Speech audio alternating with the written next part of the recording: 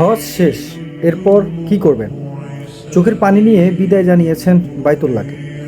লাখো মানুষের ভিড়ে মাঝে আপনি ছিলেন একজন আল্লাহর মেহমান।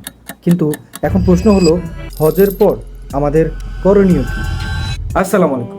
হ্যাঁ দর্শক, আপনারা বুঝতেই পেরেছেন ভিডিওর ইন্ট্রো দেখে। আজকের এই ভিডিও জুড়ে পুরো বিস্তারিত আলোচনা করব, সঙ্গেই থাকবেন। ভিডিওটি খুবই গুরুত্বপূর্ণ হতে যাচ্ছে। যারা হজ করেছেন, ইনশাল্লাহ আগামীতে যারা হজ করবেন, আপনাদের এই ভিডিওটি খুবই জানা প্রয়োজন। সঙ্গে থাকবেন পুরো ভিডিও জুড়ে। আপনাকে শুরুতেই মনে রাখতে হবে, হজের মূল উদ্দেশ্য আপনার কি ছিল? আল্লাহ সুবহানাহু ওয়া তাআলার সন্তুষ্ট অর্জন করা। আপনি বিগত সময়ে যতগুলো গুনাহ করেছেন, এই গুনাহগুলো যেন আল্লাহ সুবহানাহু ওয়া তাআলা আপনাকে ক্ষমা করে দেন, আপনি যেন নিষ্পাপ হয়ে যান। মূল উদ্দেশ্য কিন্তু আপনাদের এটাই থাকে। আমাদের প্রিয় নবী হযরত মুহাম্মদ সাল্লাল্লাহু আলাইহি সাল্লাম বলেছেন, যে ব্যক্তি হজ করলো এবং অশ্লীল কথা বা গুনাহ করলো না, সে যেন নতুন শিশুর ন্যায় জন্মগ্রহণ করলো। বুঝতেই পেরেছেন, আমরা যখন পৃথিবীতে জন্মগ্রহণ করে প্রথম দিন আসি নিষ্পাপ হয়ে, আমাদের কোনো গুনাহ নেই, সে যেন ওই বাচ্চাটির মতোই যেন সে আবার নতুন জীবন ফিরে পেল। হজে হয়তো আপনি 5 ওয়াক্ত নামাজ পড়েছেন জামাতের সঙ্গে, বেশি বেশি করে কোরআন তেলাওয়াত করেছেন, সেই সাথে আপনি অনেক অনেক বেশি দোয়াও করেছেন। ফিরে এসে যেন এই অভ্যাসগুলো না ভেঙে পড়ে। প্রতিদিন কিছু সময় পবিত্র কোরআনের সাথে কাটান, তাহাজ্জুদে উঠুন। আপনি হজের সময় অনেক পরিবর্তন হয়েছেন। এখন সবচেয়ে বড় চ্যালেঞ্জ যে বিষয়টা, সেটা হচ্ছে যে সেই পরিবর্তন ধরে রাখা। নিজেকে বারবার প্রশ্ন করুন, আমি কি আগের মতো হয়ে যাচ্ছি? আপনাকে খেয়াল রাখতে হবে আপনার আচার আচরণের পরিবর্তন। আপনি কি সত্যি কি আগের ন্যায় কি আপনার আচরণটা কি পরিবর্তন করতে পেরেছেন? আপনি কি সবার সঙ্গে সর্বদা সবচেয়ে সুন্দর ভাষা, ভদ্র ভাষা, যে ভাষাটা আপনার ব্যবহার করা প্রয়োজন? আমাদের নবী মুহাম্মদ সাল্লাল্লাহু আলাইহি সাল্লাম বলেছেন, প্রকৃত মুমিন সেই যে যার প্রতিবেশী তার অনিষ্ট থেকে নিরাপদ। বুঝতে পেরেছেন? আপনার ব্যবহারে যেন মানুষ হজের গন্ধ পায়। মিষ্টি ভাষা এবং ধৈর্য ধরুন, ক্ষমাশীল হন। আপনাকে একটা বিষয় খেয়াল রাখতে হবে, আপনি হজ করে এসেছেন, আপনার মধ্যে সেই ধৈর্যটা আপনি রাখবেন। আপনাকে অনেকে অনেক রকম কথা বলবে, আর এটাই হবে আপনার হয়তো একটা পরীক্ষা, আর সেই পরীক্ষাটাই হবে আপনার জন্য সফল। বুঝতেই পেরেছেন সেই সফল পরীক্ষাটা কি? আপনাকে আগের ন্যায় থেকে অনেকটা পরিবর্তন হতে হবে। বিগত সময় আপনি যেমনটা ছিলেন, যেহেতু আল্লাহর সন্তুষ্ট অর্জনের জন্য আপনি পবিত্র হজ করেছেন, আপনার পূর্বের গুনাহগুলো মাফ করে যেন দেয় আল্লাহ সুবহানাহু ওয়া তাআলা, সেটার জন্যই কিন্তু আপনি আল্লাহর কাছে হাজার হাজার লক্ষ লক্ষ দোয়া করেছেন।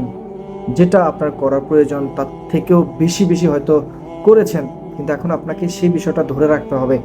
আপনি হজ করার সময় যে দোয়াটা করেছেন, হজ করার আগে আপনার যে আকুতি মিনতি ছিল আল্লাহর কাছে, আপনাকে যেন আল্লাহ ক্ষমা করে, আপনি কি সেই আকুতি মিনতি অনুযায়ী কি এখন সেভাবেই আপনি আপনার জীবন পরিচালনা করছেন? সেটা একবার নিজেকে প্রশ্ন করবেন, তাহলে আপনি পুরোটা বুঝতে পারবেন। ইসলামের দাওয়াত দিন, আপনি এখন সমাজের রোল মডেল। ছোট্ট একটা কথা, কাউকে নামাজের জন্য বলা, কোরআন শেখানো, এসবই আপনার হজের ধারাবাহিকতা হতে পারে। ধরুন একটা লোক আপনার পাশ দিয়ে হেঁটে যাচ্ছে, ঠিক এই সময় নামাজের সময় হলো, আপনি কি করবেন? তাকে আপনি ডাক দিলেন সুন্দর ভাষায়, যেভাবে বলা প্রয়োজন তার থেকে আরো সুন্দর করে আপনি বলার চেষ্টা করবেন, যাতে করে সেই ব্যক্তিটা আপনার কথায় মুগ্ধ হয়ে যায়। মুগ্ধ হয়ে সে যেন আপনার কথা শুনে সে যেন অন্তপক্ষে নামাজে যায়। এটাই আপনার হয়তো একটা উত্তম আচরণ, উত্তম একটা ব্যবহারের মাধ্যমে হয়তো আপনি পরিচয় দিতে পারেন। আপনার এই কাজগুলো বেশি বেশি করতে হবে। আপনি যখন পবিত্র কোরআন পড়ছেন, তখন আপনি খেয়াল রাখবেন যে আপনার এই কোরআন তেলাওয়াতটা যেন পাশের কেউ যেন শুনতে পায়, সে শুনে যেন কৌতূহল সৃষ্টি হয়, সে যেন চিন্তা করে যে আমিও পড়তে চাই, আমিও পড়তে চাই। আর এই পড়ার মধ্যেই হয়তো দেখা যায় আপনার কাছে সে আসবে। যদি সে আপনার কাছে না আসে, তাহলে আপনি চিন্তা করবেন যে তাকে কিভাবে আপনার কাছে নিয়ে আসা যায়। আর সেখান থেকেই আপনি হয়তো কয়েকটা আয়াত তাকে পড়ে শোনাবেন, তাকে একটু বোঝানোর চেষ্টা করবেন। যারা বুঝছে না, যারা বুঝতেছে না, যারা আপনার সম্পর্কে হয়তো আপনার কাছ থেকে জানতে চাইবে যে আপনি হজে গেলেন, হজে যাওয়ার পর আপনি কতটুকু সময় কাটিয়েছেন, কিভাবে হজ করেছেন, আপনার পরিবর্তনটা, আপনার মানে বিগত যে সময়গুলো থেকে এখনকার হজের শেষের দিনগুলো আপনি তার কাছে কিছুটা শেয়ার করবেন, তাকে দিনের পথে নিয়ে আসার চেষ্টা করবেন। এটি হয়তো আপনার লক্ষ্য থাকতে পারে, আর আপনি এই লক্ষ্যটাকে সফল হিসেবে আপনার নিজের জীবনে বাস্তবায়ন করতে পারেন। হজের প্রতিটি মুহূর্ত ছিল অমূল্য। সময় নিয়ে লেখে ফেলুন আপনার অনুভব, আপনার শিক্ষা, আপনার পরিবর্তন। এই স্মৃতিগুলো ভবিষ্যতে আপনাকে অনুপ্রেরণা দেবে। আল্লাহর শুকরিয়া আদায় করুন। এই সফরের জন্য আল্লাহকে বারবার শুকরিয়া জানান আর দোয়া করুন যেন এই হজ আল্লাহ কবুল করে নেন এবং মৃত্যুর আগ পর্যন্ত আমাদের হজের শিক্ষা অনুযায়ী জীবন পরিচালনা করতে সাহায্য করেন।